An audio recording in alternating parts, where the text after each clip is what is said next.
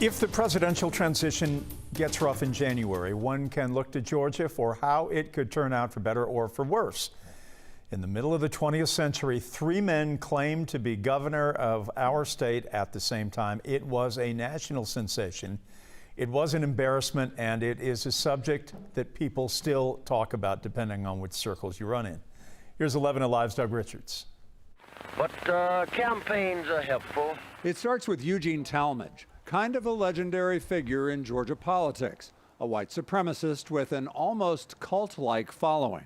A lot of people had very devout loyalty to this governor. He was a dominant figure in Georgia politics for a generation. In 1946, Talmadge was elected governor for a fourth time, but his health was poor. He died before he could take office. The battle of the Georgia governors for the seat left vacant by the death of Eugene Talmadge brings Governor Arnold post-haste to the state capitol. That triggered a controversy known as the Three Governors. It played out in newsreels shot at the state capitol when three men at the same time claimed to rightfully occupy the office of governor.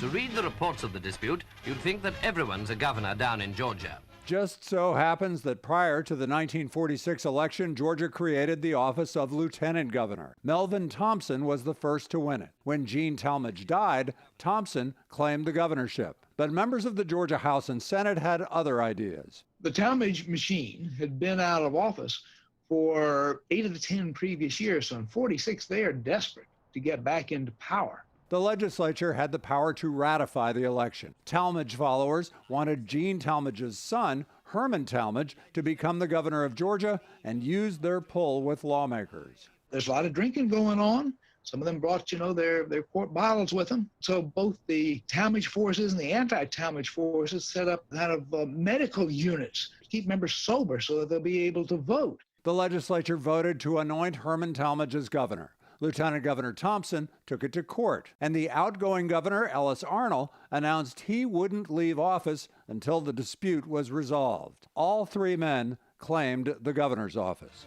During the night, however, Talmadgeites took over Arnold's improvised office as well. On January 16, 1947, Herman Talmadge's backers managed to seize the governor's office and change the locks on the doors. Herman Talmadge had so much support in the legislature that he had people well planted in the Capitol who basically lit him in the office. Ellis Arnold set up a government in exile in a kiosk in a hallway. The kiosk is still there outside the governor's office. He claims the office purely by inheritance, and Georgia is not a monarchy yet. Meantime, the Capitol was in chaos, as Talmadge and Thompson both made appointments to jobs in Georgia's bureaucracy. After 2 months, the Georgia Supreme Court ruled that Thompson, the newly elected lieutenant governor, was in fact the rightful governor. It was very weird. Everybody in the country was talking about the three governors controversy in Georgia, and in fact, they were talking about it around the world. By the way, I hope you're following this. I'm sure the people of Georgia didn't know how many governors they had at this point. After 63 days, Herman Talmadge stepped aside. He began plotting what would become a successful run for governor in the next election, launching his own 30-year career in politics. There's a statue of him across from the Capitol. There's also a statue of Gene Talmadge, the winning candidate who died, and a statue of Ellis Arnold, who tried to govern from a hallway. But there is no statue of Melvin Thompson, the governor who actually prevailed in this most peculiar Georgia story.